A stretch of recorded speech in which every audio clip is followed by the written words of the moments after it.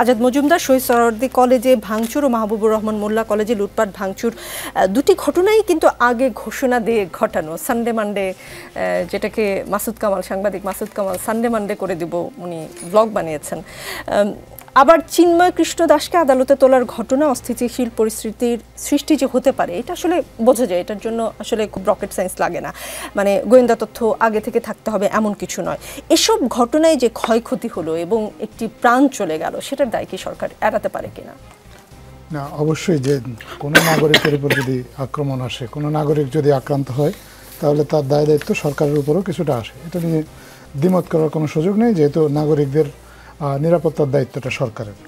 কিন্তু আপনি যদি একটু খেয়াল করে দেখেন, সরকারের যে আইনশৃঙ্খলা রক্ষাকারী বাহিনী বা গোয়েন্দা সংস্থা, এই বিষয়গুলো এরা কিন্তু একটা পুনর্গঠনের মধ্য দিয়ে যাচ্ছে।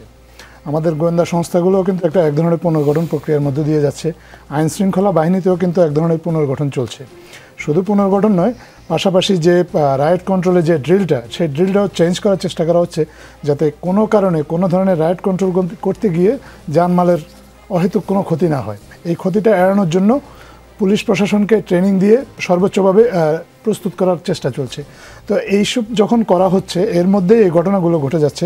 কিছু কিছু ক্ষেত্রে আগাম তথ্য হয়তো পাওয়া যায়নি, এটা নিয়ে আসলে তর্ক করার কোনো সুযোগ নেই। সরকারের সংস্থাগুলোর কিছু কিছু ক্ষেত্রে অবশ্যই ব্যর্থতা আছে। আর যেভাবে ঘোষণা দিয়ে যেভাবে করা হচ্ছে, যেভাবে আরও আদালত প্রাঙ্গণে যেভাবে বিশৃঙ্খলা সৃষ্টি করা হচ্ছে, এইটার জন্য সরকার সবার কাছ থেকে সহযোগিতা চেয়েছে। আমি মনে করি না যে এই ক্ষেত্রে যতটুকু সহযোগিতা পাওয়ার প্রয়োজন। পরিষ্কার হয়ে আজাদ মজুমদার, যখন দুটি কলেজের শিক্ষার্থীরা ঘোষণা দিল যে তারা একে অপরের সঙ্গে সংঘর্ষে লিপ্ত হতে যাচ্ছে, সেই খবর কি তখনই আপনাদের কাছে পৌঁছায়নি? সংবাদ মাধ্যমগুলো তো তখনই তুলে ধরেছে। সেই তথ্য তো সরকারের কাছে ছিল এবং সেখানে পুলিশও ছিল। যাত্রাবাড়িতে যখন সংঘর্ষ হয়, আমরা এই ঘটনার সময় ওই দিন রিপিটেডলি পুলিশের সাথে সরকারের পক্ষ থেকে কথা বলা হয়েছে, প্রধান উপদেষ্টা দপ্তর থেকে। মানে সেই কলেজগুলো অনেকে, আমি আপনাকে এই কারণে প্রশ্ন করছি, সামাজিক যোগাযোগ মাধ্যমে অনেকেই প্রশ্ন তুলেছেন, তখন উপদেষ্টারা কেউ তখন কেন স্পটে যাননি বা সমন্বয়করা কেন স্পটে যাননি? সেই প্রশ্নটা লুৎফর রহমান আপনাকে আমি করব। কেন উপদেষ্টারা কেউ গিয়ে থামানোর চেষ্টা করলেন? এটা উপদেষ্টাদের চেয়ে বেশি প্রয়োজন ছিল ওই সময় অ্যাকচুয়ালি পুলিশের যাওয়া, কারণ প্রথমত পুলিশকে এটা থামাতে হতো, তারপরে উপদেষ্টারা যাবেন। নিশ্চয়ই যদি সেরকম পরিস্থিতি তৈরি হয়, তাহলে উপদেষ্টা সহ সরকারের আরও যারা আছেন তাদেরও যেতে তো কোনো বাধা নেই। কিন্তু মূল দায়িত্বটা ছিল পুলিশের, এবং পুলিশকে ওই সময় সক্রিয় করার জন্য সম্ভব যত রকমের চেষ্টা আছে, পুরো চেষ্টাটাই করা হয়েছে। পুলিশে মাত্র একটা বড় রদবদল হয়েছে সপ্তাহখানেক আগে। পুলিশ প্রশাসনও নানা ধরনের পুনর্গঠনের মধ্যে দিয়ে যাচ্ছে। আমি একটু আগেও সেটা বলেছি। পুলিশের পক্ষ থেকে বারবার জানানো হয়েছে, তারা যদি এই মুহূর্তে পুরনো স্টাইলে যদি অ্যাকশানে যায়, তাহলে তাতে ক্ষয়ক্ষতির মাত্রা আরও বাড়বে।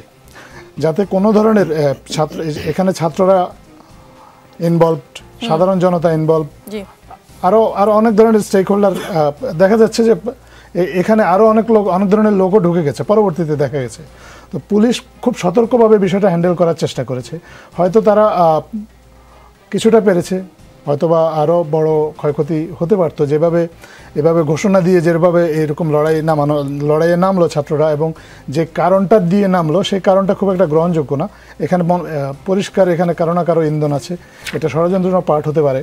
আমরা যে ষড়যন্ত্রের কথা এতক্ষণ আলোচনা করছি, এতক্ষণ বেশ কয়েকদিন ধরেই আসলে মাননীয় প্রধান উপদেষ্টা উনি জাতির উদ্দেশ্যে যেদিন ভাষণ দিয়েছেন, উনিও কিন্তু সবাইকে সতর্ক থাকতে বলেছিলেন। আমরা শুধুমাত্র যে সরকার তো অবশ্যই সতর্ক আছে, সরকারের পাশাপাশি যারা জনগণ, রাজনৈতিক দল বা ছাত্র সংগঠন, যারা এই মুহূর্তে সমাজে সক্রিয় আছে, সবাইকে উনি সতর্ক থাকার আহ্বান জানিয়েছেন। এবং এই সতর্কতার কারণেই আমরা আরও বড় ধরনের ক্ষয়ক্ষতি হয়তো এড়াতে পেরেছি। কারণ তারা যেই বিষয়গুলো নিয়ে এই ধরনের পরিস্থিতি তৈরি করছে, এই বিষয়গুলো তো এই ধরনের পরিস্থিতি তৈরি হওয়ার মতো বিষয় নয়।